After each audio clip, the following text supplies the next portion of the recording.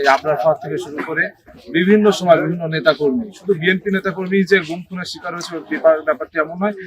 বিভিন্ন শিক্ষার্থী যারা যখন আগ্রাসন বিরোধী বিভিন্ন আন্দোলন করেছে অথবা প্রতিবাদ জানিয়েছে তারাও কিন্তু হত্যাকাণ্ডের শিকার হয়েছে। আবরার ফাহাদ তারই একটি প্রমাণ। সুতরাং আমরা দীর্ঘ 17 বছর পর যে ভোটাধিকার ফেরত পাচ্ছি, ভোটাধিকার প্রয়োগ করতে যাচ্ছে একটি গণতান্ত্রিক পরিবেশ বিরাজমান রাখার জন্য বাংলাদেশ জাতীয়তাবাদী ছাত্রদলের পক্ষ থেকে শিক্ষার্থীদের কল্যাণে যা যা করণীয় শান্তিপূর্ণ পরিবেশ বজায় রাখার জন্য আমরা সেটি করতে প্রস্তুত রয়েছি।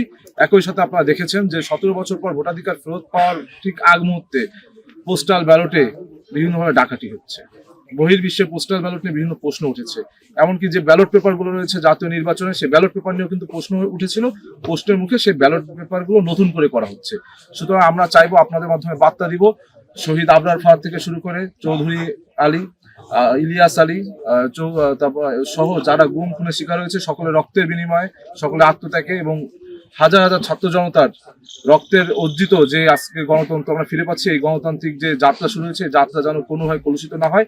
নির্বাচন কমিশন যেন সজাগ থাকে এবং আমরা বাংলাদেশি জনগণ যে যার জায়গা থেকে যেন এই বিষয়ে সজাগ দৃষ্টি রাখি।